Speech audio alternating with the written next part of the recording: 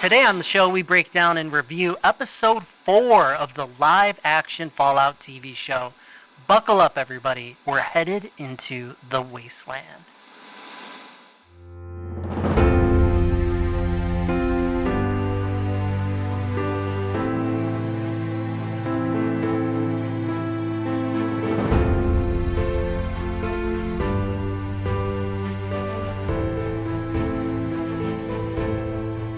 Welcome to Fallout Fans, a limited series podcast where we discuss all things Fallout, including and especially the live-action Fallout TV series. Watch all episodes of the first season of Fallout, available exclusively on Amazon Prime Video, and then come back and join us as we break down and review each episode. Fallout Fans is brought to you by Megadads. Find us at megadads.org or Megadads on YouTube. Please consider subscribing, leaving a comment, and let us know what you think of the show, what you think of the episode. The audio version can be found wherever you get your podcasts. Just search for Megadads. We use a special methodology to help us break down and review episodes. We talk about the best moments of the episode, standout visuals, standout performances, discuss how the show holds up to fan scrutiny, talk about what we hated, and cap things off with a 5-star review. This is your spoiler warning. Watch the show for yourself and then come back here and join us. Please leave a comment and let us know what you think. Today, I am joined by my best bud and Fallout fan forever, Clay Howard. How are you, Clay? I'm doing great. How are you doing today? I am doing fantastic. Now, we usually try to open the show with a little get to know you, a little like Fallout centric something or other. We talked about like good things that you can find on Amazon Prime Video. We talked about, games that new people to the franchise can dip into if it's their first time playing a Fallout game. Today, I have something to show you. What the heck for the video version of people listening, you're gonna have to watch the YouTube version to see what I'm doing, but I'm basically unboxing an Amazon package right now. Really I pre-ordered something quite a while ago because I had the Fallout itch and I had the Magic the Gathering itch. Look what I got. Oh, dang. You did. I bought the Magic the Gathering Universes Beyond Fallout Commander deck. So Magic the Gathering is a famous card game. People play it all over the world. And this is one of the expansions for it where you go beyond the traditional like fantasy creatures, and they have Magic the Gathering themed things that are dabbing into video games and anime and other pop culture, and there's crossovers. So Fallout is has now a themed deck and themed cards that you can buy. These commander decks come with like 100 cards and a booster, if I'm not mistaken. 100 card deck and a deck box and tokens, some foil etched display, a couple things. But I just opened this thing. They have 4 types, I think, like themes. I got the Scrappy Survivor one with dog meat as the main commander in the deck, so that main card. So I'm gonna open this later and probably do a full unboxing video on Megadads. But I played Magic the Gathering with our buddy David when I went to visit him, and I got that itch. So I was like, you know what? When I saw this, I'm like, I have to do it. Do you play Magic at all, Clay? A little bit. I bought the one of the Lord of the Rings decks a while back, and yeah, I was eyeing those too. In fact, I really wanted the dog meat one, but now I'm gonna have to get a different one because you got that one. No, you can get the same one. It's fine. I'll get something different. You can get the same one. It actually has dog meat stuff on the back. Dude, so that's awesome. Very interesting. I'm jealous. I can't wait to open this. Let's get right into it now. Episode 4 of the Fallout TV show. Things are just on fire right now with this show. It's just incredible.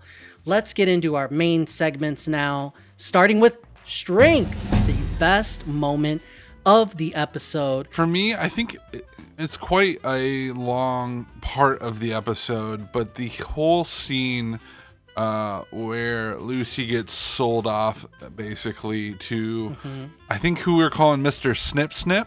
the medical doctor robot guy who, initially she thinks she's in good hands, and then come to find out he's going to harvest all of her organs. And so he's then trying to kill her. There's something really funny about these robots who have these posh British accents, and they're pulling out these giant saws to cut people open and stuff. And it was really good. I agree. I mean, this was super interesting, super high stakes. There was action in the scene where you have ghouls all around. There's a lot of ghouls in this episode. For me, the best scene was actually right at the beginning, where you have the ghoul and Lucy walk into the medical clinic, and they find one of the ghoul's acquaintances, a buddy basically, who is a fellow ghoul. So you have the smooth skins and you have the ghouls, and they need to ingest these vials, these chemicals, and they need it in order to stop from turning feral. And you have these awesome sound effects where his buddy is turning feral, and he's like, oh, you better get going. Things aren't looking good for me. And then he kind of takes his mind off of it and says like, oh, do you remember the taste of food? And then just blows his brains out. And you know that it's half an act of mercy, but then he just starts carving him up and eating parts of him, which was kind of confusing to me. I'm not sure what he was exactly eating. It just showed a real close-up look at the lore of what ghouls are, and a very personal moment. And Lucy starts to question the ghoul, saying like, how do you live like this? Which is pretty strong line, but follow it up right away with why keep going. And it stops him in his tracks, the ghoul, and he doesn't respond. He's like, oh, I have a great question, like deserves another. He's like, why am I doing all the work? You go and carve up, my buddy, and then makes her do that. But it's interesting, and it is a main question, because we know kind of how people become hardened by the wasteland, but we don't know why he keeps going. Like, for what purpose? What is his main motivation? Is it just making caps, making money, and that's it? We don't know. So very interesting, and I thought it was the strongest scene. Perception.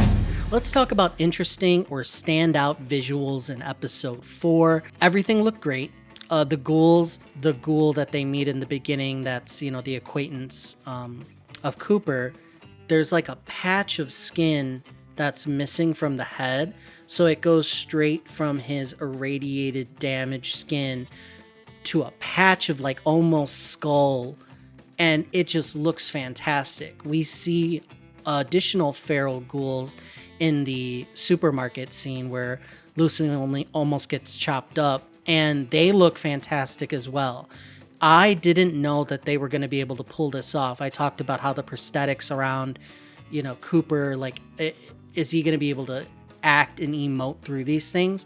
But these ghouls are able to be, you can sympathize with them, like they are human enough looking, but also look like really messed up. Like it just looks right. If you know the games, if you know what ghouls are supposed to look like, it looks really good. And I'm a big zombie fan in general. It got Walking Dead vibes, which I think it sets like a really high bar for the amount of like prosthetics or special effects or whatever they're doing to make them look the way that they do. So I would say that the ghouls look really good. How about you? Any standout visuals for you in episode 4? Fingers in this episode. There's a lot of finger stuff going on. There are a lot of fingers, yes. Lucy starts by biting off the ghoul's finger when he lassos her to the ground at one point. And so he stands her up and then proceeds to take a knife and cut her finger off, which was really intense. And it was like, holy cow. Like I kind of mentioned in the last episode, like there's a lot of things happening to her from him that kind of hard to walk it back. Like when you cut someone's finger off, like that's a pretty big deal. She ends up getting a new finger from Dr. What is it? Snip or whatever. Snip. And he kind of gives her a new one, which that was kind of a cool thing. Seeing him take this gross discolored finger out of a drawer and basically use a laser and just reattach her finger, and then she's like moving it all of a sudden. I mean, not the hardest like visual things to do in the world, but just it was just kind of cool the way they did it. I liked how they pulled it off, and so I thought that was neat. I did not breathe during that scene. I was so shocked by the cutting off of the finger. It took my breath away. I was like, this is intense. Like this is really brutal. And that theme is it just keeps going. The finger being reattached. Now the finger is discolored and old and beat up. This isn't possible at all, right? In reality, this has to be some far alternate future Fallout technology going on, because I think if you cut off a finger and you just put another finger there, that's not how things work, right? I mean, you have to have like a tendon or some shit moving your finger, right? Right. I like assume it has there's to connect all the way through the arm. I'm assuming sure. there's some sci-fi. Some sci-fi shit. Okay. Yeah, with the melting the skin back together thing, where there's some reconnecting going on that you can't normally do. So she says, "This feels good." That's what she says. I think she says something like that. I'm like, this is fucking wild. Endurance. Can the show stand up to fan scrutiny? I didn't see anything in here that I think would be particularly problematic with fans. I did want to ask you if there was one thing that people were going to be upset about or what have you, that it would have to be the way that the ghouls look and what the lore is behind them. Do you know by chance what these vials are that they have to ingest in order to keep going? I kept a sharp ear and eye out to figure out if I could see what is this thing that they have to inject and inhale, and then he ends up just drinking it straight, these vials. Do you know what they are? No, I don't. I assume it's just drugs. I know they're immune to radiation, but I guess their brains are still like somewhat vulnerable to it. I think it's a form of Rad-X. Oh yeah, something like that. To keep his brain from getting destroyed by radiation. That's what I think it is anyway. But you're right. At one point, he's just like drinking and hitting anything he can, and so I don't know if there's like a specific thing to it or if it's just any and all drugs. I know at one point she shoots him with a dart in like episode 1 or 2, and he's like says something about drugs, and that little amount of drugs isn't gonna do anything to me. And so part of me thinks he's just hyped up on all kinds of different chems. The most top rated comment on Reddit for just, Googling what fans are saying about the episode was just a quote, which was "Golden rule, motherfucker." And that was Lucy's line at the end when she goes and tells the ghoul, "I will maybe one day look like you, but I will not like become you and become like you," and showing mercy to him, giving him some of the chems to get him up and going again, and dropping him and then just going on her way. People love that, and I love that scene and that dialogue. Fans are overall just loving it, and I think that's going to be the theme throughout the rest of the episode reviews. Charisma. Stand out acting in the show. I picked Norm, the guy who plays Norm, the brother in the vault. I think the last episode and this one, he continues to impress me. He's not the most outgoing or expressive character. That's just kind of not his thing. And so, but watching him enter this other vault and start unraveling this mystery of what's going on in this other vault. Why are all these people dead? The more and more I was like, I like this guy. Mm-hmm. It also brought me back to episode 1 when the Raiders first show up at their vault.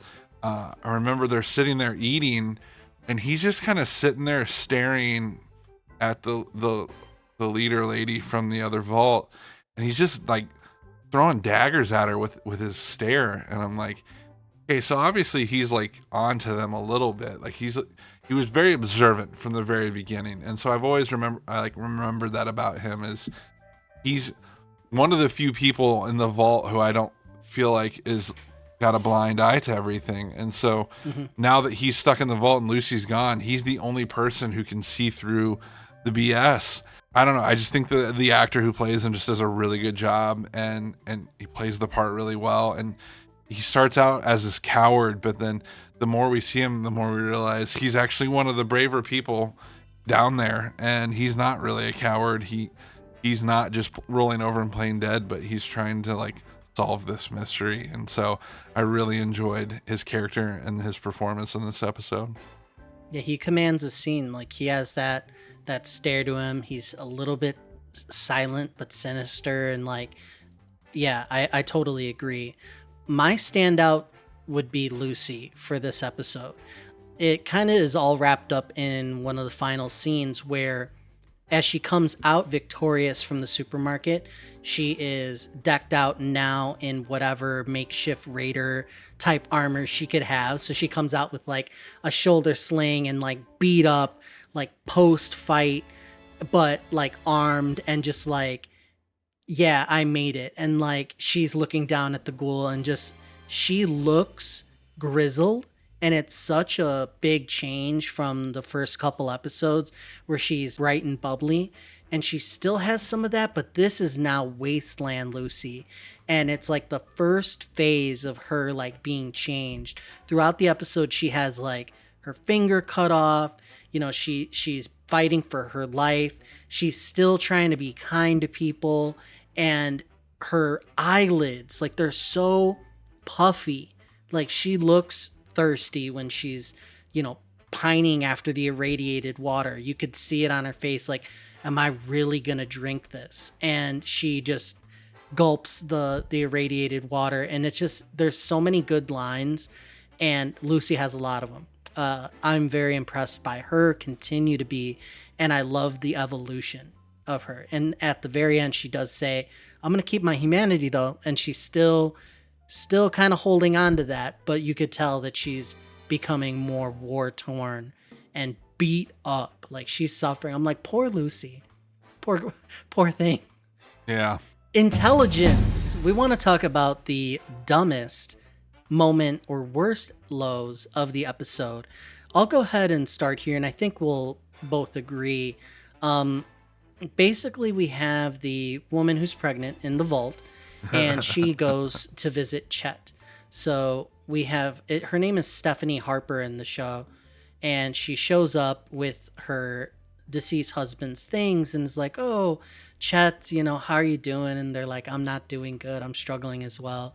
And they take solace in each other, and she, you know, puts his clothes on him, starts to come onto him, and they just start grinding. And she's fully pregnant, and he makes a quite poignant description of her innards. Her what?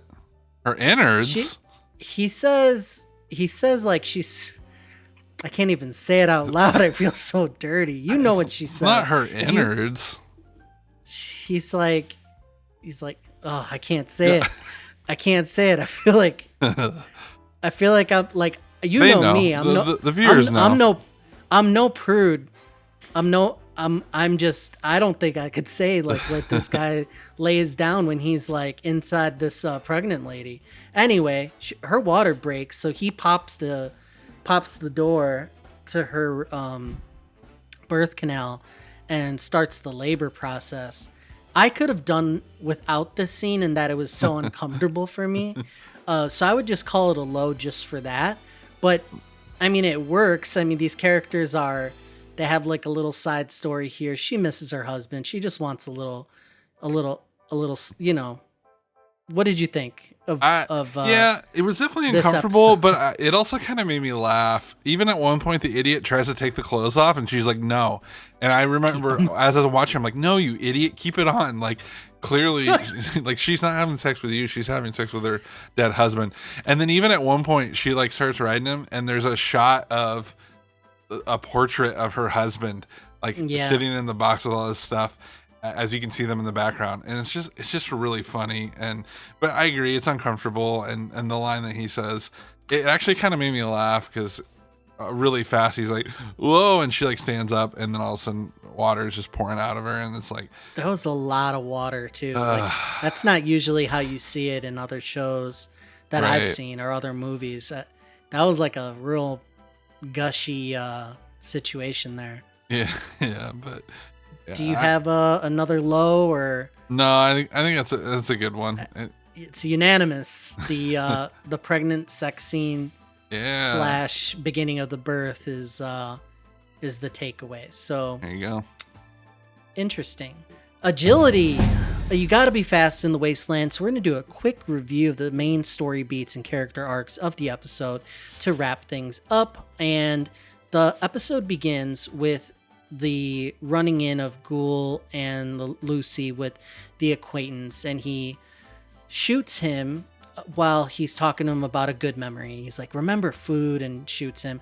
And then they cut him up for parts. And we begin where the Ghoul and Lucy are going back and forth saying, why do you keep going? You know, how do you live like this? And it was very well done, I think. I did want to ask you, what is the Ghoul and Lucy eating off of this other Ghoul? Take a tooth out, which I assume is, for money, but then they flip them over, cut them up, and then they have like little cutlets on them as they're walking through the wasteland, attached to their pack. What is that? Yeah, he makes mention of it. I think he said it's like skin from the butt. I think he said, and basically he mentioned it's jerky. And so the reason he's carrying it on his backpack is that he is drying that meat out like you would beef jerky. And so he's letting it dry out in the sun so that he can eat it. And so basically he's eating this dude and making jerky out of him. That makes some sense. Okay, yeah, I get it. Yeah, because they did mention ass jerky a couple times. Yes, yeah. And then Lucy's like, I've suffered too. Like, my mother died of starvation. My dad wouldn't have done what you're doing just to survive. And then he's like telling her there's what people said happened and what actually happened. He's like, I bet your dad was, would have done exactly this, like, or he did, like, eat somebody to survive. It was in this episode, but I thought it was in the other episode where we have one of the vault leaders coming up to Norm and discussing with him how, watch yourself because I could see you're angry, and intelligent boys like you, and they get angry, they do horrible things, and kind of hinting at a more sinister element to him and what he could be planning for the future. So I thought that was incredibly interesting. We get into the showdown between the Ghoul and Lucy where they're walking. She's dying of thirst and she drinks irradiated water, and he shows no mercy on her. They have a fight. We have the finger cutting scene, which is very well done. Incredible. We move straight into the vault where we have the pregnant sex scene. Moving over to the cream of the crop here, the best, I think most poignant scene was selling her to the people inside the supermarket, which ends up being Mr. Snip Snip, the robot, and then the handlers, which are like basically, I think, two drugged out raider type people, but they're just sitting on the couch, kind of telling the robot what to do their dirty work, and they're about to remove her organs. When Lucy does a last minute shift, the blade cuts her free, and then she does the, what are those called? The paddles where you shock someone's heart? Defibrillator? Mm-hmm. Yeah, so she wins with defibrillator paddles to the robot, which, okay, quickly makes a makeshift dart gun type thing, similar to the weapon she used in the beginning where it's going to shoot Abraxo poison into little darts. So I thought that was pretty cool. She fights her way out against feral ghouls, which is really awesome. The part where she tells them to free the captured prisoners, is that what you're talking about? Yeah, so as she's saying, let them go, they let half go, which are ghouls. And then they say, not the other half, we can't let them go. She's like, everybody. And those are feral ghouls who've lost their marbles.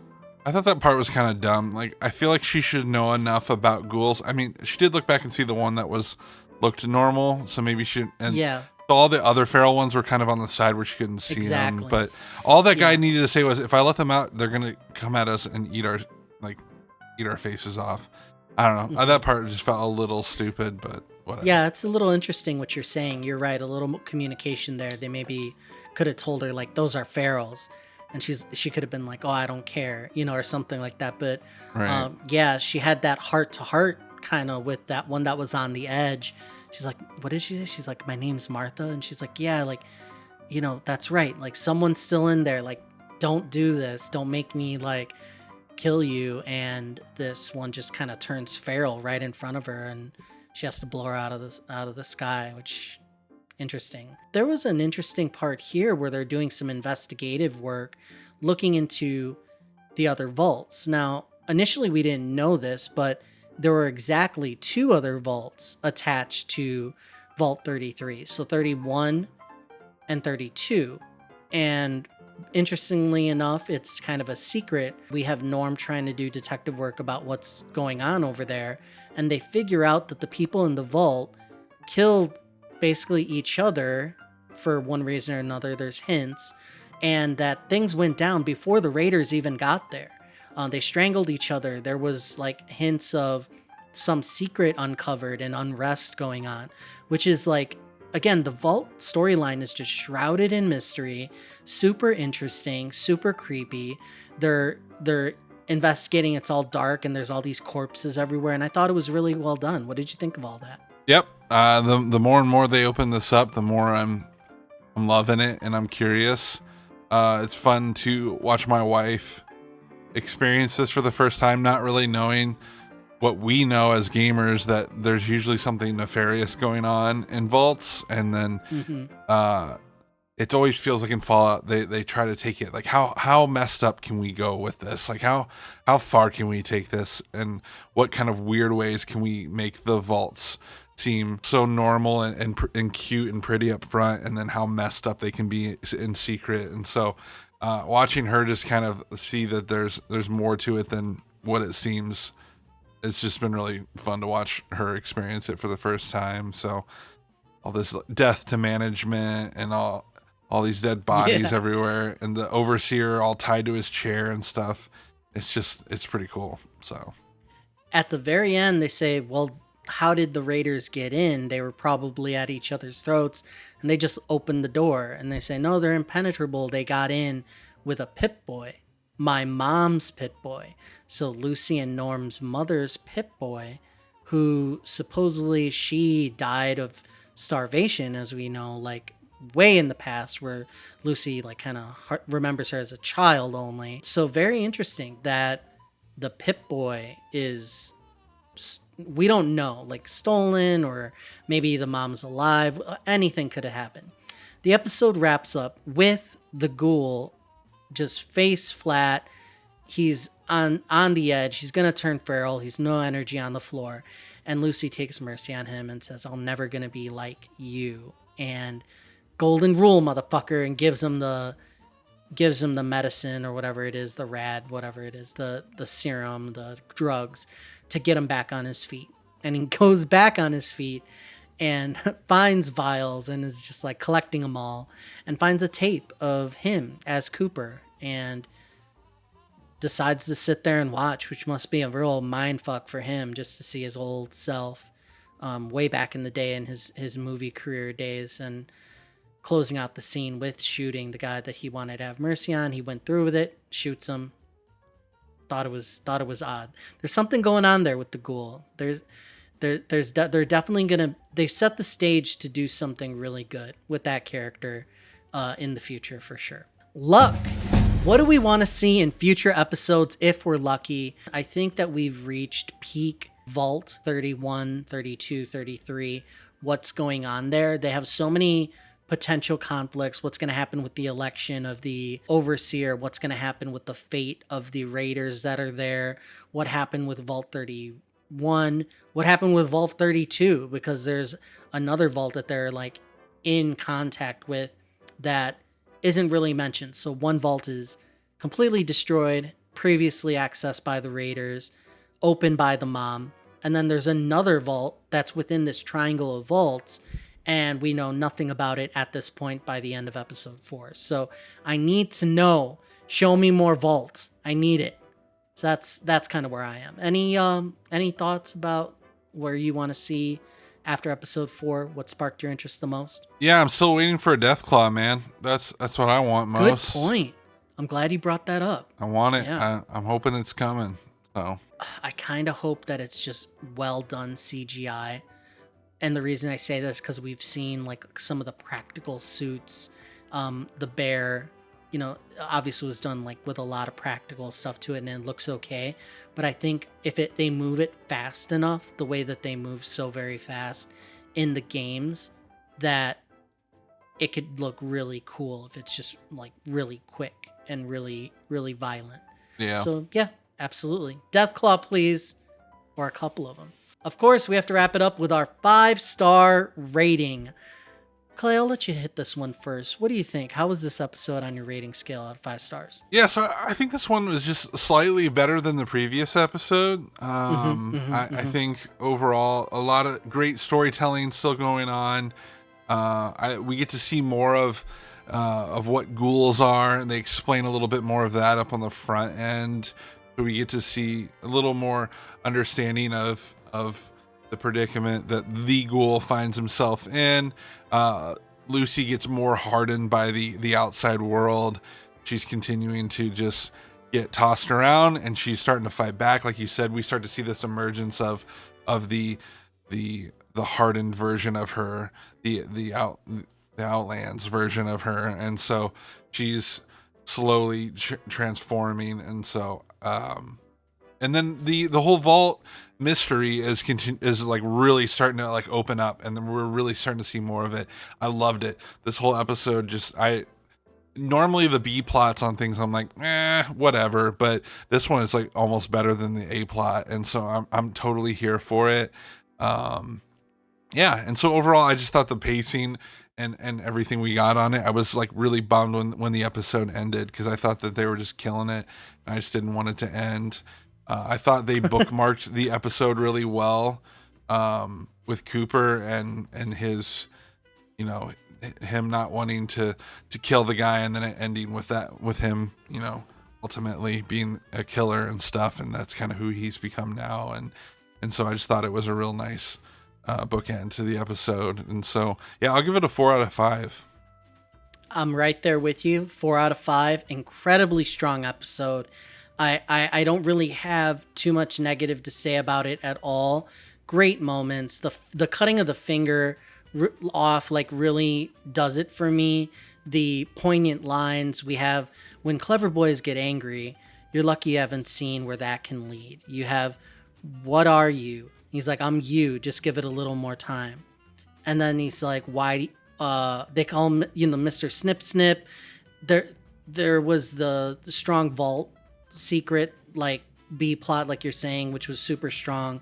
I agree with you 100%. Basically, the ghouls were fascinating, looked great lore, 4 stars. I didn't cringe enough at the pregnant sex scene to like have it actually bring it down at all, and that was my only like kind of low. It was just a little wet.